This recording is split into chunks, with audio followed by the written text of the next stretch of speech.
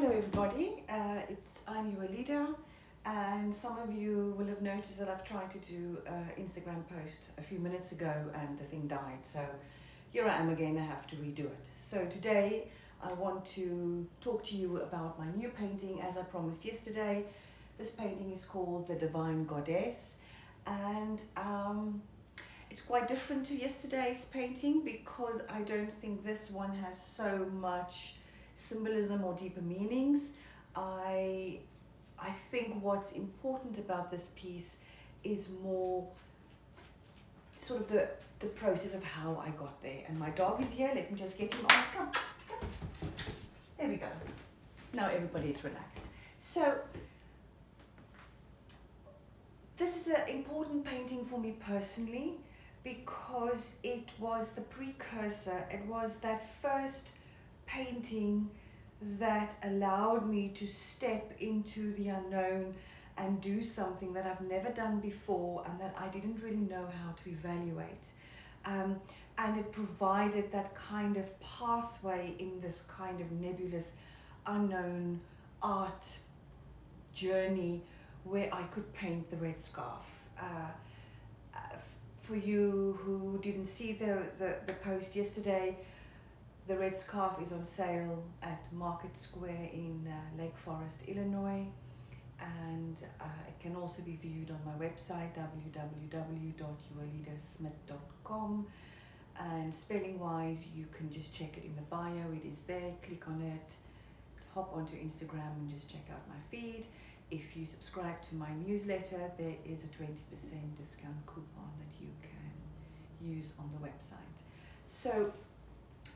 So this painting, I had this idea of wanting to do something with a dress stand. I quite like dress stands. My mother had as I told you, was a fashion designer or a seamstress. And as a child, I grew up in her shop, and she would have these new brides standing on this little wooden table, and she would literally sculpt the dresses around them. And I grew up looking at these wonderful, beautiful women in these incredible bridal gowns and almost imagine what their lives must be like. And I grew up with all these wedding dresses, and when I was little, my mum used to make me a bed on top of the wedding dresses, and I would sort of wrap them around me when I had my naps. And this dress stand has that kind of quality to it. It reminds me of all these beautiful anonymous women who were standing there, and my mother was clothing them in this most beautiful fabric, and it would transform them into something else. And I suppose the dress stand for me is also this metaphor of pretense. You can become something else. Stop the call. And so before I paint, so I want to take a step back, because before I started painting this, and I just want to see if the camera is working. Yes, the camera is still working, yay. So before I started painting this, I had just completed a whole series of forest paintings, which I thought was very accomplished. I thought they were very beautiful. The values in them was quite subtle. The way I used greens, which was is a difficult color to use, was quite good. And they were all done with a palette knife. And I may have peaked too early, because at the end of these series of paintings, I sort of didn't know what to do. I was looking at them and I thought, where do I go from here? And I realized how naive I was, and that I didn't know how to be an artist. I didn't know how do you create a body of work that had a kind of a unity that people could recognize, that had longevity, and where I could do what I love and continue with this across perhaps another 20 years of life, if I'm lucky. And I realized that perhaps these forest scenes, I need to find more themes. And I tried painting after painting after painting, and it just didn't work. It felt too masculine, it felt too wild. I didn't want to do abstract. And I realized that I was completely lost. And so I stepped away from the paintings and started doing a whole bunch of drawings and charcoals. But over the weeks that followed, I had this lingering malaise, this sense of almost, I can call it an unhappiness. And I was aware of this thought saying, why are you doing this? What's the point? The ship has sailed. You know, why would you want to give up a career in neuropsychology that you worked so hard for to do this? And I was quite thrown by these thoughts. And I decided to step back from the painting a bit and start doing these drawings. And so I had this idea, as I said, for this. I set it up, I put it on the easel, and nothing happened. And I thought, oh, that's strange. And I put it on the floor, and I started drawing, and nothing happened. And then I thought, okay, let me just face this and see, what is this about? And then I became aware that I felt quite negative. And there was a whole bunch of very quiet, insidious, negative thoughts that were there constantly in the back of my mind as a stream of consciousness. And I suppose this is why I'm having this talk today, because it is Mental Health Awareness Month and it is Mother's Day, and this painting is called The Divine Goddess. And I want to talk about this in your process when you are overwhelmed by negative thoughts, how that work and what to do with it. And these negative thoughts weren't new. I think I'm quite familiar with them. They were very quiet at first, very sort of subtle. And when I started actually meditating on them, and I thought, let me give them life, let me see what they are about, they became louder and louder and almost shouting at me. And I was thrown by this. And the artist in me wanted to say, okay, I'm giving up, this is ridiculous, I'm not doing this anymore, I don't need this in my life. You know, I don't need all this negativity. I thought that I'd nailed some of these little dragons on their heads a very long time ago. But the psychologist in me was quite curious and quite interested in, what is this about? Why are these thoughts here? And what are their purpose? Do they serve a purpose? And if they serve a purpose, how are they serving me? And I then decided, I sat in front of this blank white piece of paper and I thought, okay, I'm stepping into these voices. I want to understand them. I want to know what they look like. What do they feel like? How big are they? How deep do they go? How 3D are they? And how much life have I given them? And where have I given them this life? How is it that they have been running in the background and I have somehow not noticed this? And so as I started focusing on these words, they became louder and more vociferous and more angry and really quite hectic. And something I want to say about this is, by paying attention to our negative thoughts, we are not feeding them. We feed our negative thoughts by believing them, by giving them space to grow, by actually when somebody else tells us something and it fits with that negative voice, by actually believing that in some way. This is how you feed negative thoughts. You do not feed them by actually focusing on them, hearing what they have to say. Ignoring them is feeding them. When you ignore your internal voices, the negative voices, they go in the basement, they do a workout, they'll come back stronger. So the most important thing to do is when you notice a negative thought is to say, hello, I want to know more about you. Let's step into a dialogue. I want to learn about why you are here and what is your purpose. And as I was doing this, I suddenly understood that these negative voices was actually protective. They were protecting me from a bigger loss, a defeat really. They were protecting me from embarking on a journey I knew nothing about. I was quite naive and fragile. And they said, I don't want you to get hurt. I want to protect you from putting all this energy in and being defeated. And my response was, okay, thank you very much. I hear you. I take note. And thank you for being there. Thank you for actually warning me. And I think, if we think back to the previous painting I discussed yesterday, the red scarf, I think these negative voices, when you step into dialogue with them, they become your protectors. They become your guides. They became the ones that look out for you. And you need them. And I think one of the things, they are like your armor. And what's very important for me about negative voices is that when you step in a dialogue with them, if you know the fears, if you know what they look like, and if you know how deep the taproot goes and where that stemmed from, this becomes your armor. But if you feed that negative thought, if you believe that you're not good enough, that you can't do this, that you're really crap, that people don't like you, that people will laugh, whatever the stupid thoughts is that come in our heads, it's almost as if our armor falls off and we are exposed. And if somebody shoots an arrow into that exposed spot, you cannot blame the person who shot the arrow. You can only look at yourself and say, how did I allow that place to open up where I can allow the hurt of others to come in? And that doesn't mean we need to have an armor and we need to keep the world out.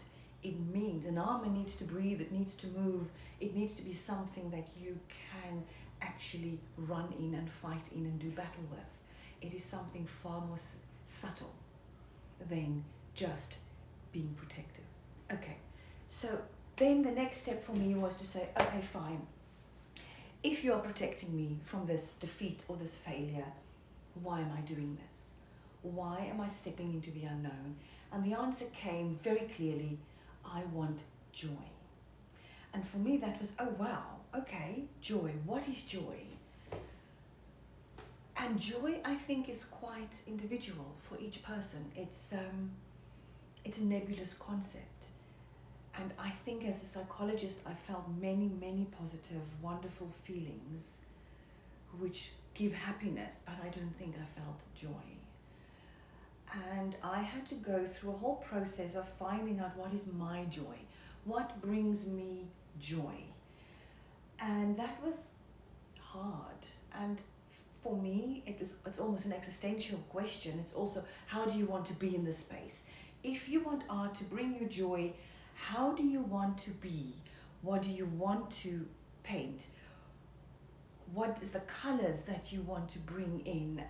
How are art going to bring me joy? And I had to look into this. It's an existential question. It's a question about how to be in this world. And I had to go back and I had to do a forensic analysis of how to actually do this. And so when and that's, I can talk in another Instagram, how I got to what is my joy.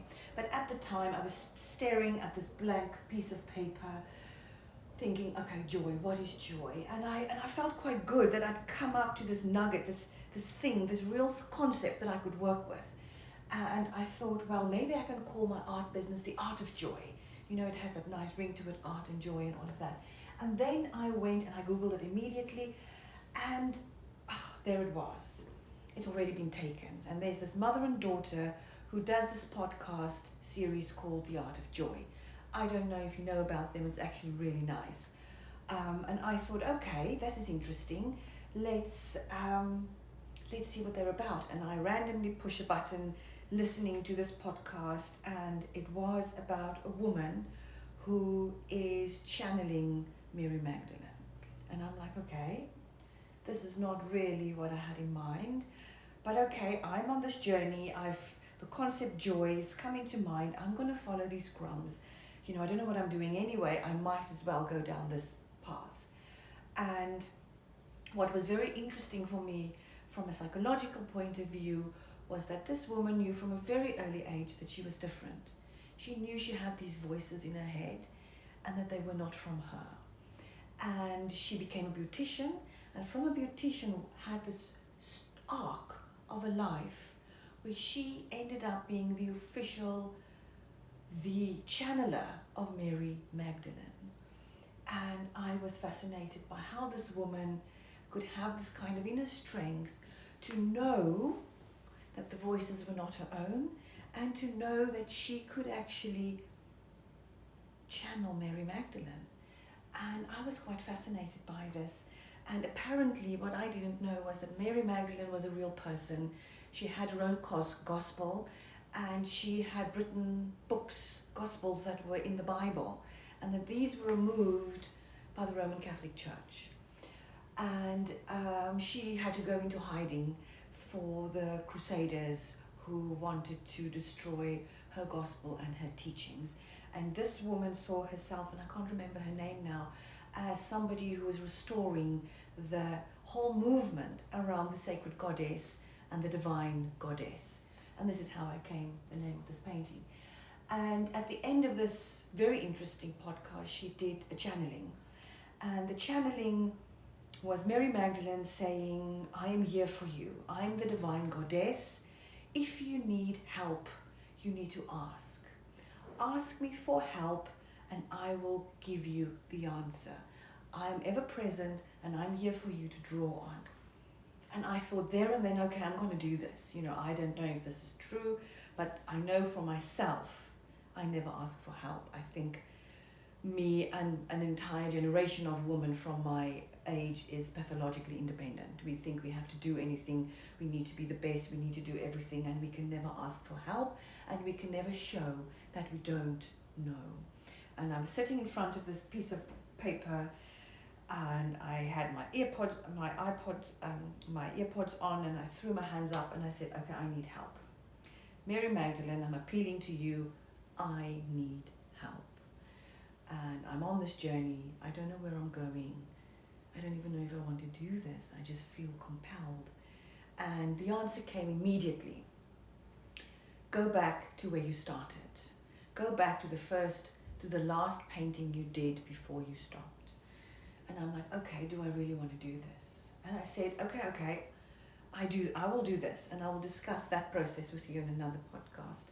And I said, a live Instagram, and I'm thinking, but right now, I'm looking at a blank piece of paper. You need to tell me what I need to do. I want to paint the divine goddess. And she said, okay, but your coat is not red. I didn't tell you this. I had this idea of a red coat here. But she said, your coat is not red. Your coat is blue. And it's a mantle. And it is covered in jewels. And I thought, okay. And and in that moment, I saw this vision. I saw this painting as it is here, right now. And I thought, okay, I'm going to paint this. And so this is how it developed. And so when I started, I didn't want to paint a blue mantle. So I started with the red hibiscus, and then I realized, oh, but the blue is the symbol of the Virgin Mary.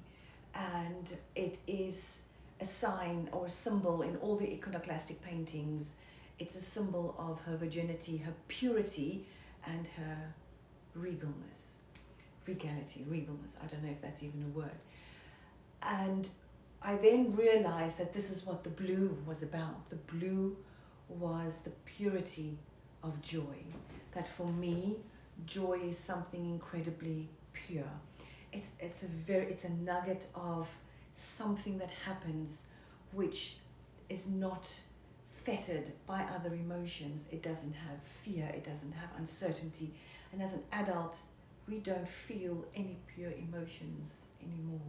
Everything is a complex interplay of different feelings, and the valence is the one that perhaps there's a little bit more than the others. So for me, joy is that thing you felt in childhood, that moment when you jump into an ice cold pool, when you roll down a hill, when you go very fast on your bike downhill, that moment, that pure joy. And I wanted to have that. And I remembered how I had that in my art. And so I said, okay, fine, I'll do this blue cloak and I'll do the red of the flowers. And what's interesting, I then remember that the last painting I ever made was an hibiscus. And here it appears. And then when I was playing around with this note of the coat, I realized I didn't want it to look like these mantles that Mary Magdalene holds when she has the baby Jesus in her arms. I wanted to do like a Technicolor dream coat. I wanted to do this coat that you could swing around and you could use both sides. And I wanted it bright and colourful and almost playful. And then I had this idea of a coat that you can, and I thought of Mary Magdalene when she was being hunted by the Crusaders and they had to hide her away, and where she would turn the mantle around and she would be this frail, everyday woman who was hiding away in the shadows. But then when she was with her following, she would turn the mantle around and she would be the queen. And that these jewels were there to show her stateliness. And then for me, it was this kind of symbol that you can be both. You can be a mother who has a life of service, who sometimes live in the shadows, who is not out there all the time. It's the internal spaces, the domestic spaces, the spaces that women create for themselves away from the world of men, so to speak. But you could also be that queen. You could also be the one who step out into the world and say, this is me and this is what I do. And that is what the art is. The art is that thing where you say, this is what I do. If you don't like it, doesn't mean I'm going to stop doing it. And for me, that was very powerful that I could actually take my own voice more serious than the voices of the world around me. And as a psychologist, I'd always, I suppose, lessen my own voice because the voices of others were what needed to be heard. So to make that shift, to turn the coat around, to be able to say, okay, my voice needs to be heard now, is really what this is about. And then it was just really beautiful that these blue flowers came out and it looks like they're coming alive. And of course the snake made its appearance, which again shows that there is some emotional significance to this piece. And in the vision that I had when I saw this, this part was covered in butterflies, but I didn't want to cover this beautiful brocade background. I didn't even have the stencil at the time when I saw this vision. It came to me like this, and I had to go onto the internet and find this French kind of stencil pattern to use here. So I only did a few dragonflies, and I was just scared that I would mess the background up. And then I looked into the white dragonfly. It's really a silver dragonfly, and it's actually a thing. And it has quite a spiritual connection about the upward flying dragonfly, meaning ascending, going into a higher state of existing, expansion. And it is a transformation symbol. And so this whole painting, I think, is a transformation symbol. It is the coat, the Technicolor dream coat that you can turn, that you can become who you are. And I therefore present to you the divine goddess, which I believe was channeled directly from Mary Magdalene. And so if ever you feel in doubt, uncertain, you don't know your path, ask for help. Alcoholics Anonymous, step 1, if you want help, ask for help. As a psychologist, I can only help you if you come and you ask for help. And so in art, we can do the same thing. The moment you ask for help, you're taking your armor off and you're standing in your vulnerability. And then we allow new things to come into our world and follow those crumbs. We don't know where they lead, but through that process, your guides, the negative voices that first wanted to protect you from stepping into the unknown, should you choose to step in, those voices can become your guide in a process, and you don't know what's at the other end, and you cannot judge what's at the other end. You have to respect it, you have to honor it, and have to see it as beauty. And I want you all to have a wonderful Mother's Day on Sunday. Channel your divine goddess, the inner sacred, the sacred feminine, your inner sacred feminine, and let that live. Bye. Thank you.